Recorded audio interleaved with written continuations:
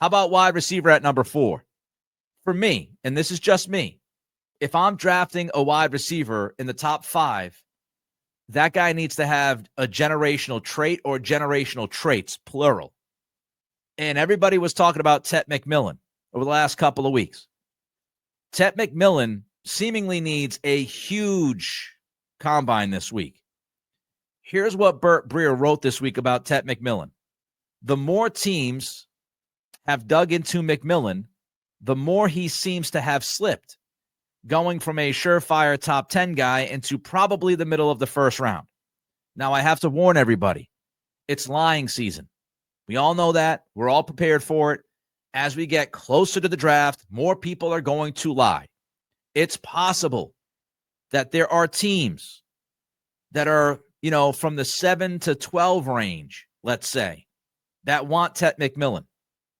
And it is in their best interest to leak that McMillan is slipping and he might fall all the way to the middle of the first round.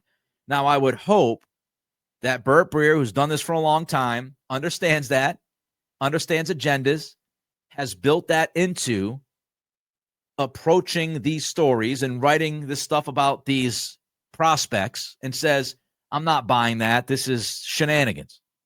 That team wants McMillan. I'm not going to buy into that. So if it's not lying because it's lying season, Tet McMillan slipping towards the middle of the first round is fascinating, and it would certainly tell you that McMillan, if the Patriots agree with this thought process, has no chance of going at number 4. And I've said from the beginning, I think drafting Tet McMillan would be a reach at 4.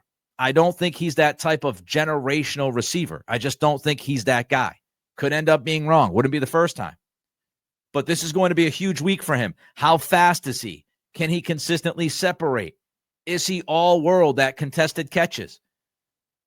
How high of a level does Tet need to get during this week to be considered a top 5 guy, a top 8 guy? We'll see. But it feels like he needs a big-time week. Now, I think for the Patriots, wide receiver-wise, what's interesting to me is maybe trying to trade back into the first round. Now, reportedly, Elliott Wolf attempted to do that last year. It didn't work out. But if I'm the Patriots, I would much rather try to trade into the first round somewhere in the 20s, looking at guys like Emeka Ibuka, Luther Burden. You also have Matthew Golden.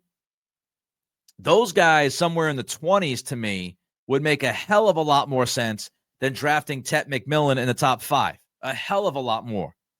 So I think that might be something where the Patriots, if they want to get creative and they want to address the wide receiver position in the draft, they don't want to bank on drafting somebody in the later rounds, in the mid rounds. Maybe you try to get back into that first round somewhere in the 20s and look at one of those 3 guys, Ibuka, Golden, or Burden, and maybe they make sense. By the way, Luther Burden, interesting week for him. There are some questions about his willingness to play hard at times. When he doesn't get the football, how he reacts to that kind of stuff. So Luther Burden's going to have a pretty important week in the interview room. But I think looking at those 3 receivers makes more sense for the Patriots than it would drafting McMillan in the top 5. I don't see them drafting McMillan at 4. Could be wrong. I just don't see it.